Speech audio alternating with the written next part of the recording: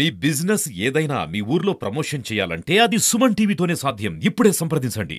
ఈరోజు మనం భారతదేశంలో ముఖ్యంగా ఆంధ్రప్రదేశ్లో ఒక కొత్త ప్రభుత్వం ఏర్పాటు జరిగింది. ఈ కొత్త ప్రభుత్వం ఏర్పాటులో ముఖ్యంగా మనం చూడాల్సింది ఏంటంటే, ఈరోజు కేంద్ర ప్రభుత్వంలో ఇద్దరు మన తెలుగు రాష్ట్రాల నుంచి కీలకమైన భూమిక పోషించబోతూ ఉన్నారు. వారు శ్రీ నారా చంద్రబాబు నాయుడు గారు, అలాగే శ్రీ పవన్ కళ్యాణ్ గారు. తెలుగుదేశం పార్టీ మరియు జనసేన ఈ రెండు కలిపి ఈరోజు ఒక శక్తిగా వాళ్ళు కలిసి ఈ ఎలక్షన్స్లో ఈ విజయాన్ని సాధించుకున్నారు.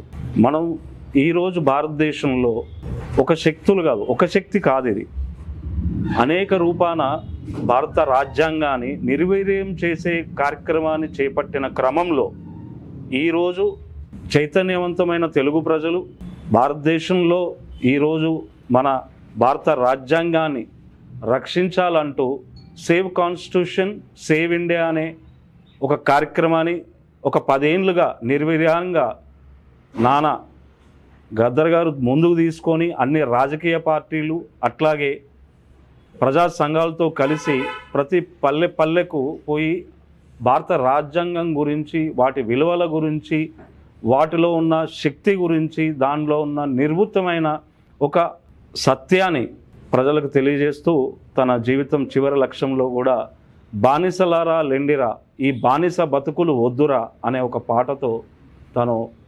అంకితమైపోయాడు.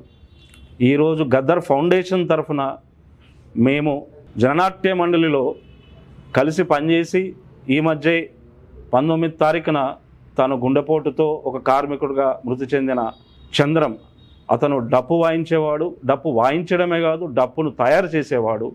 తయారు చేయడమే కాదు, వందలాది కళాకారులకు డప్పును ఎలా తయారు చేయాలి, ఎలా దాన్ని వాయించాలి అని నేర్పించిన కళాకారుడు. అతని సంస్కరణ సభను ఆలకూరుపాడులో నిర్వహిస్తూ ఉన్నారు.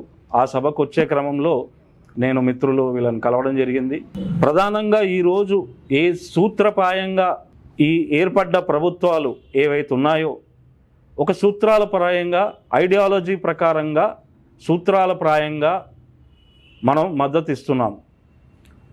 నారా చంద్రబాబు నాయుడు గారు, అట్లాగే జనసేన అధ్యక్షులు శ్రీ పవన్ కళ్యాణ్ గారు ప్రజలకి స్పష్టంగా ఆంధ్రప్రదేశ్కి రావాల్సిన స్పెషల్ స్టాటస్ కానివ్వండి, ఇంకా ఇండస్ట్రీస్ కానివ్వండి, వాటితో పాటు భారత రాజ్యాంగం ఏదైతే నిర్వీర్యం జరుగుతుందో దానిపైన కూడా గట్టి పట్టుబట్టాలని, దాని మీద ఎలాంటి నిర్ణయాలు జరగకుండా వీళ్ళు ఒక శక్తి, ఒక ఫోర్స్గా ఉన్నారు. కాబట్టి వాళ్ళు ఏర్పడే ప్రభుత్వంలో బేషరతుగా వీటిపైన చర్చ జరగాలి అని మేము కోరుతా ఉన్నాము. గద్దర్ ఫౌండేషన్ తరఫున మేము కోరేది ఏంటంటే, ఈరోజు పవన్ కళ్యాణ్ గారు, అలాగే నారా చంద్రబాబు నాయుడు గారు రేపు జరగబోయే మద్దతు కార్యక్రమంలో, అలాగే భారత రాజ్యాంగం ఏదైతే నిర్వీర్యం చేస్తూ ఉన్నారో కొన్ని శక్తులు, అది ఒక పార్టీ తీసుకొని మేము భారత రాజ్యాంగాన్ని తుడిమిట్టిచ్చేస్తాము, తీసేస్తాము అని వాళ్ళ కార్యక్రమాన్ని పూర్తిగా మీరు వ్యతిరేకించాలని, ఆ వ్యతిరేకిస్తూ మీరు మీ మద్దతు ఏదైతే ప్రకటిస్తున్నారో ఆ మద్దతుని ప్రజలకి, యావత్ భారతదేశ ప్రజలకి ఈ భారత రాజ్యాంగం కాపాడుతామని చెప్పి మీరు దీని పట్ల రేపు జరగబోయే పార్లమెంట్లో ఖచ్చితంగా మాట్లాడాలని మేము కోరుతా ఉన్నాం. ప్రియమైన ప్రజలారా, భారత రాజ్యాంగం అనేది ఒక వ్యక్తికో కాదు, 7 తరాల జ్ఞానం, 7 తరాల త్యాగం అనేది. అది ఎవరో ఒక పార్టీ మద్దతు ఇస్తే, లేకపోతే పూర్తిగా మెజారిటీ వస్తే మేము తీసేస్తామనే పుస్తకం కాదు. అది ఎన్నో త్యాగాలతో, ఎన్నో జ్ఞాన త్యాగాలు, ప్రాణ త్యాగాలతో భారత రాజ్యాంగాన్ని నిర్మాణం జరిగింది.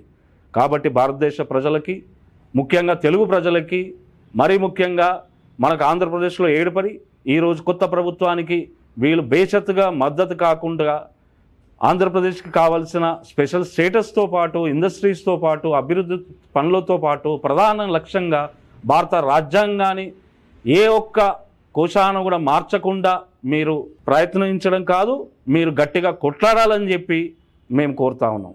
మాకు సంఖ్యాబలం ఉంది కదా అని చెప్పి భారత రాజ్యాంగాన్ని మార్చాలనే ప్రయత్నం చేసినప్పుడు జనసేన పార్టీ మరియు తెలుగుదేశం పార్టీ ఖచ్చితంగా వాళ్ళ మద్దతు విత్డ్రా చేసుకోవాల్సిందిగా మేము విజ్ఞప్తి చేస్తున్నాం. ఎందుకంటే ఈరోజు భారత రాజ్యాంగం ఉంది కాబట్టే మనకు అలాంటి మెసులుబాటు ఉంది. వాళ్ళు స్పష్టంగా చెప్పారు భారత రాజ్యాంగాన్ని మారుస్తామని. కాబట్టి మీరు మీ కార్యాచరణని ఖచ్చితంగా రేపు భారత రాజ్యాంగంలో ఏదైతే రకరకాలుగా నిర్వీర్యం చేశారో వాటిని తిరిగి వీళ్ళు వాటిని క్యాన్సిల్ చేస్తూ భారత రాజ్యాంగం ఏదైతే ఉందో వాటిపైన ఖచ్చితంగా మీరు ప్రతిపాదనలు పెట్టాలి. ఎలాంటి నిర్వీర్య కార్యక్రమం చేసినా మీరు మద్దతు విత్డ్రా చేసుకోవడానికి కూడా వెనకాడొద్దు. మీతో మేము అందరం ఉన్నాము. మీరు గట్టిగా ఈ భారత రాజ్యాంగం వైపు, భారత రాజ్యాంగాన్ని నిర్వీర్యం చేసే శక్తులతో పార్లమెంట్లో గట్టిగా కొట్టాడాలని చెప్పి మేము కోరుతూ ఉన్నాము. ఎలాంటి మద్దతు అయినా కూడా ప్రజల ద్వారా ఉన్నాము. మేమందరం మీకు తోడుగా ఉన్నాము. భారత రాజ్యాంగాన్ని కాపాడాల్సిందిగా జనసేన మరియు తెలుగుదేశం పార్టీని మేము కోరుతూ ఉన్నాం.